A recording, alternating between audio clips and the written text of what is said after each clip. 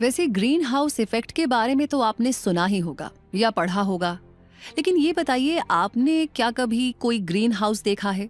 ये एक ऐसा घर होता है जो ग्लास वॉल्स और ग्लास रूफ से बना होता है और इसमें टमेटोज, पेपर्स, क्यूकम्बर, लेट्यूस जैसे बहुत तरह के प्लांट्स ग्रो करते हैं। ये हाउस अपने आप में बेहद यूनिक होता है क्योंकि इसे इस तरह बनाया जाता है कि सन से आने वाली हीट इसके अंदर आने के बाद वापस निकल ना पाए और इस ग्रीन हाउस के अंदर वार्म टेम्परेचर बना रहे जो प्लांट्स की ग्रोथ के लिए जरूरी है। ये ग्रीन हाउस कड़कड़ाती ठंड में भी गर्म बना रहता है क्योंकि ग्लास वॉल सन की हीट को ट्रैप करके रखती है। ये कितना इंटरेस्टिंग और यूनिक कॉन्सेप्ट है ना। कोल्ड टेम्परेचर वाले एरियाज में या ठंड के दिनों में भी प्लांट्स ग्रोथ के लिए सूटेबल एनवायरनमेंट को तैयार करने का। और आपको पता है, कुछ ऐसा ही ग्रीन हाउस हमारी अर्थ के चारों तरफ भी होता है और असल में वही कहलाता है ग्रीन हाउस इफेक्ट। तो क्या आप उसके बारे में भी जानना चाहते हैं? बिल्कुल चाहते होंगे क्योंकि नॉलेज से आपका क्लोज कनेक्शन जो है, इसीलिए तो हमने आज का ये वीडियो बनाया है ताकि आपको ग्रीन हाउस इफेक्ट के बारे में बता सके। और इस वीडियो के एंड तक पहुंचते पहुंचते आप ये जान जाएंगे कि ग्रीन हाउस इफेक्ट क्या होता है, ग्रीन हाउस गैसेस क्या है, ये किस तरह अर्थ को नुकसान पहुंचा रही है और इसमें हम ह्यूमंस का कितना बड़ा हाथ है। साथ ही इससे बचाव करने के लिए कौन से तरीके अपनाए जाने चाहिए, ये भी आपको पता चल जाएगा। और हाँ, रनवे ग्रीन हाउस इफेक्ट के बारे में भी आप जान पाएंगे। तो इतना कुछ है जानने के लिए, इसलिए कुछ टाइम इन्वेस्ट कीजिए आज के इस वीडियो पर आपके अपने क्विक सपोर्ट चैनल पर। तो चलिए, ग्लास वॉल वाले ग्रीन हाउस के बारे में जानने के बाद अब जानते हैं अर्थ के ग्रीन हाउस इफेक्ट के बारे में। जब सनलाइट एटमॉस्फेयर के थ्रू अर्थ सरफेस तक पहुंचती है तो अर्थ के चारों तरफ मौजूद गैसों की एक लेयर इस हीट को ट्रैप कर लेती है। ये गैसें एक ब्लैंकेट की तरह अर्थ के चारों तरफ मौजूद होती हैं, जो सन से आने वाली हीट को ट्रैप करने में माहिर होती हैं और अर्थ के वार्म टेम्परेचर को मेंटेन रखने में मदद करती हैं।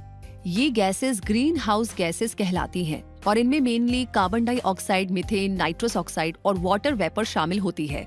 दिन के समय जो हीट सरफेस को गर्म करती है, वो रात के समय अर्थ सरफेस ठंडा होने पर वापस एटमॉस्फेयर में रिलीज होने लगती है, लेकिन उसका कुछ हिस्सा ग्रीन हाउस गैसेस ट्रैप कर लेती हैं, जिससे अर्थ का एवरेज टेम्परेचर 15 डिग्री सेल्सियस बना रहता है। ये ग्रीन हाउस इफेक्ट एक नेचुरल फिनोमिनन है और ये कितना इम्पोर्टेंट है, ये इस बात से पता चलता है कि इसकी बदौलत ही अर्थ प्लैनेट का ऐसा टेम्परेचर मेंटेन रहता है जो लाइफ के डेवलपमेंट के लिए जरूरी है। अगर ये नेचुरल ग्रीन हाउस इफेक्ट ना होता तो आज आप और मैं नहीं होते, क्योंकि ऐसी सिचुएशन में अर्थ का एवरेज टेम्परेचर -18 से 20 डिग्री सेल्सियस होता, जिसमें ह्यूमंस के लिए नॉर्मल लाइफ एक्सपेक्ट नहीं की जा सकती। इसका मतलब नेचुरल वे में ग्रीन हाउस गैसेस अर्थ के चारों तरफ एक लेयर बनाकर हीट को जिस तरह ट्रैप करती हैं, वो सही है और जरूरी भी। और अगर कुछ गलत है तो वो है इस ग्रीन हाउस इफेक्ट पर पड़ने वाला ह्यूमन इम्पैक्ट, जो इस नेचुरल प्रोसेस को डिस्ट्रॉय कर रहा है और नेचर में इम्बैलेंस ला रहा है। लेकिन वो कैसे, आइए जान लेते हैं। CO2 यानी कार्बन डाइऑक्साइड, जो आज क्लाइमेट चेंज की मेन कंट्रीब्यूटर गैस बन गई है, ये वॉल्केनिक इरप्शंस, प्लांट रेस्पिरेशन और एनिमल्स एंड ह्यूमंस ब्रीदिंग के जरिए नेचुरली रिलीज होती है। लेकिन इंडस्ट्रियल रेवोल्यूशन के बाद फॉसिल फ्यूल्स की बर्निंग और लार्ज स्केल पर होने वाले डिफॉरेस्टेशन की वजह से इसकी कॉन्सेंट्रेशन 50% तक इंक्रीज हो गई है।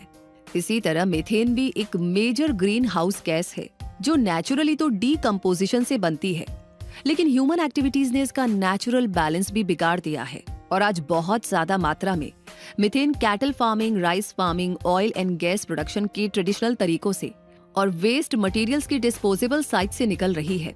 और नाइट्रस ऑक्साइड, जो लार्ज स्केल पर यूज होने वाले कमर्शियल और ऑर्गेनिक फर्टिलाइजर्स का यूज करने से, कोल, ऑयल, नेचुरल गैस जैसे फॉसिल फ्यूल्स की बर्निंग से और बायोमास बर्निंग से ज्यादा मात्रा में प्रोड्यूस हो रही है और वो भी बहुत हार्मफुल साबित हो रही है।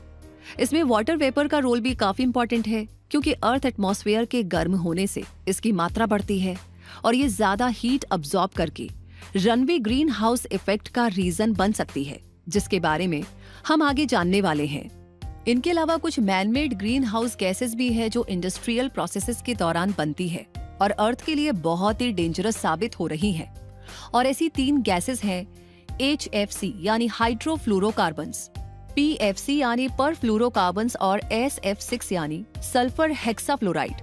ये तीनों गैसें एटमॉस्फेयर में बहुत ही कम कॉन्सेंट्रेशंस में मौजूद हैं, लेकिन सन हीट को ये बहुत इफेक्टिवली ट्रैप करती है, इसलिए ये भी बड़ा खतरा ही बनती जा रही हैं। और इन ग्रीन हाउस गैसेस से अर्थ का सरफेस टेम्परेचर जिस तेजी से गर्म होता जा रहा है, उसी के रिजल्ट के तौर पर नजर आ रही है ग्लोबल वार्मिंग। ग्लोबल वार्मिंग का मतलब है अर्थ के एवरेज सरफेस टेम्परेचर का इंक्रीज होते जाना। और आज ये प्रॉब्लम इतनी ज्यादा बढ़ चुकी है कि अगर सही एक्शंस नहीं लिए गए तो ये अर्थ से लाइफ को खत्म भी कर सकती है। जी हाँ, और जो ओजोन लेयर अर्थ को सन की हार्मफुल अल्ट्रावायलेट रेस से बचाती थी, इस टेम्परेचर इंक्रीज से ये लेयर भी डिप्लीट हो गई है, जिससे सन की harmful UV rays earth surface में एंटर हो रही है, जिसके रिजल्ट स्किन कैंसर और क्लाइमेट चेंज की फॉर्म में हमें नजर आने लगे हैं। स्मॉग और एयर पोल्यूशन तो जैसे आज कॉमन बात हो गई है, और इनकी फॉर्मेशन के मेजर कंट्रीब्यूटर्स कौन हैं? ऑटोमोबाइल और इंडस्ट्रीज से निकलने वाली गैसें और धुआं, एग्रीकल्चर फायर्स और टेम्परेचर इंक्रीज की वजह से जंगलों में लगने वाली आग, ये सब मिलकर के एयर को पल्यूट कर रहे हैं। ग्रीन हाउस गैसेस की हाई क्वांटिटी रेन वाटर के साथ मिलकर के एसिड रेन की फॉर्म में भी बरस रही है, और ओशन जहां कार्बन डाइऑक्साइड की ज्यादा मात्रा को अब्सॉर्ब करने में कैपेबल थे, वो भी एसिडिक होते जा रहे हैं। और ऐसा एसिडिक वाटर शेलफिश और कोरल जैसे ओशन क्रीचर्स को काफी ज्यादा नुकसान पहुंचा रहा है। और इतना कुछ जानने के बाद अगर हमें ये सीरियस इश्यूज नहीं लग रहे हैं, तो हमें रनवे ग्रीन हाउस इफेक्ट को तो जान ही लेना चाहिए, जिसने आज से बिलियंस ईयर्स पहले वीनस को एक बॉइलिंग प्लैनेट बना दिया था। पहले वीनस का टेम्परेचर 20 से 50 डिग्री सेल्सियस हुआ करता था, जो वीनस पर लाइफ को सपोर्ट करने वाला टेम्परेचर था। और ऐसी कंडीशंस में इसकी सरफेस पर लिक्विड वाटर ओशंस भी थे। लेकिन जैसे जैसे समय के साथ वीनस के एटमॉस्फेयर में वाटर वेपर की ज्यादा मात्रा एंटर होने लगी, इस ग्रीन हाउस गैस ने हीट को ट्रैप करना शुरू कर दिया और प्लैनेट का सरफेस टेम्परेचर इंक्रीज करना भी। इससे एक ऐसा फीडबैक साइकिल शुरू हो गया जिसमें हॉट टेम्परेचर से एटमॉस्फेयर में ज्यादा वाटर वेपर बनने लगी, और ज्यादा वाटर वेपर हीट ट्रैप करके टेम्परेचर को ज्यादा इंक्रीज करने लगी। तो यही प्रोसेस कहलाया रनवे ग्रीन हाउस इफेक्ट, जिसने वीनस के ओशंस को वेपराइज्ड कर दिया और प्लैनेट पर पानी खत्म हो गया। और इन कंडीशंस में वीनस के एटमॉस्फेयर में CO2 यानी कार्बन डाइऑक्साइड की मात्रा बढ़ने लगी, जिसने और ज्यादा हीट अब्सॉर्ब करना शुरू कर दिया, जिससे वीनस इतना गर्म हो गया कि सन से दूर होने के बावजूद हॉटेस्ट प्लैनेट बन गया। और अफसोस तो इस बात का भी है कि ये इफेक्ट ग्रीन हाउस इफेक्ट के इंक्रीज होने से ही पैदा होता है, जो अर्थ के टेम्परेचर को भी इसके सिस्टर प्लैनेट वीनस के टेम्परेचर की तरह इतना इंक्रीज कर सकता है कि नियर फ्यूचर में अर्थ से भी लाइफ का खात्मा हो सकता है। साथ ही साथ सी लेवल्स का राइज होना, एक्सट्रीम वेदर पैटर्न्स और बायोडाइवर्सिटी लॉस की फॉर्म में अर्थ पर इसके साइड इफेक्ट्स नजर भी आने लगे हैं, जो कि एक तरह के वार्निंग साइंस है, जो हमें बता रहे हैं कि अर्थ को वीनस की तरह जलता हुआ गोला नहीं बनने देना है। तो एफर्ट्स कीजिए, छोटे से लेकर बड़े जितने एफर्ट्स पॉसिबल है कीजिए, ताकि अर्थ को बचाया जा सके, खासकर तब जब उसे इस कंडीशन में लाने वाले हम इंसान ही हैं। तो क्या कर सकते हैं हम? बहुत कुछ। आइए जानते हैं, और इस बार सिर्फ जानने के लिए नहीं बल्कि करने के लिए भी, यानी एक्शंस लेने के लिए भी। तो थैंकफुली आज गवर्नमेंट्स, इंडस्ट्रीज और इंडिविजुअल्स अपनी तरफ से एफर्ट्स कर रहे हैं, और इस तरफ किया गया सबसे बड़ा एफर्ट क्योटो प्रोटोकॉल था, जिसे साल 1997 में यानी 1997 में अडॉप्ट किया गया, और साल 2005 में वो एक्शन में आया। जापान के क्योटो में हुई इस इंटरनेशनल ट्रीटी का पर्पस था इंडस्ट्रियलाइज कंट्रीज और यूरोपियन यूनियन द्वारा ग्रीन हाउस गैस एमिशंस को कम करना। और जहां तक बात हमारे कंट्रीब्यूशन की है, तो हम डिफॉरेस्टेशन को रोक सकते हैं, नए प्लांट्स और ट्रीज लगा सकते हैं, ताकि एटमॉस्फेयर में ग्रीन हाउस गैसेस का बैलेंस बन सके। कार और अदर व्हीकल्स की फ्यूल एफिशिएंसी को इम्प्रूव कर सकते हैं, इलेक्ट्रिक व्हीकल्स या जीरो एमिशन व्हीकल्स को अपना सकते हैं, सोलर पावर और बायोफ्यूल्स जैसे ऑल्टरनेटिव एनर्जी सोर्सेज को सपोर्ट कर सकते हैं, फार्मिंग में नाइट्रोजन बेस्ड फर्टिलाइजर्स के यूज को कम कर सकते हैं, ताकि एटमॉस्फेयर में इस ग्रीन हाउस गैस का अमाउंट रिड्यूस हो सके। Solar energy, geothermal energy, wind turbines, tidal energy, waste and biomass energy और हाइड्रो पावर जैसे रिन्यूएबल एनर्जी सोर्सेज के यूज को प्रमोट कर सकते हैं। क्योंकि इनमें फॉसिल फ्यूल्स बर्न नहीं होते हैं, इसलिए ये एटमॉस्फेयर में ग्रीन हाउस गैसेस रिलीज नहीं करते। घरों में यूज होने वाले टॉक्सिक केमिकल्स जो क्लीनर्स की फॉर्म में होते हैं, उन्हें भी एलिमिनेट करने की जरूरत है। रेफ्रिजरेटर्स, फ्रीजर्स और एयर कंडीशनर्स जैसे न्यू अप्लायंसेस को खरीदते समय उनके एनर्जी स्टार लेवल को चेक कर सकते हैं।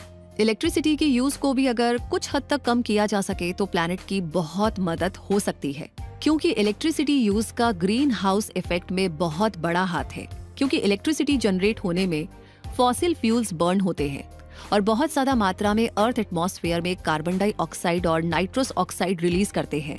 इलेक्ट्रॉनिक्स को उस समय अनप्लग कर सकते हैं जब वो यूज में नहीं आ रहे हो, क्योंकि बहुत से इलेक्ट्रॉनिक्स बंद होने पर भी इलेक्ट्रिसिटी यूज कर रहे होते हैं। एनर्जी एफिशिएंट एलईडी लाइट्स का यूज कर सकते हैं और रीयूज और रिसाइकिल को प्रमोट कर सकते हैं। तो देखा आपने, हम क्या क्या कर सकते हैं।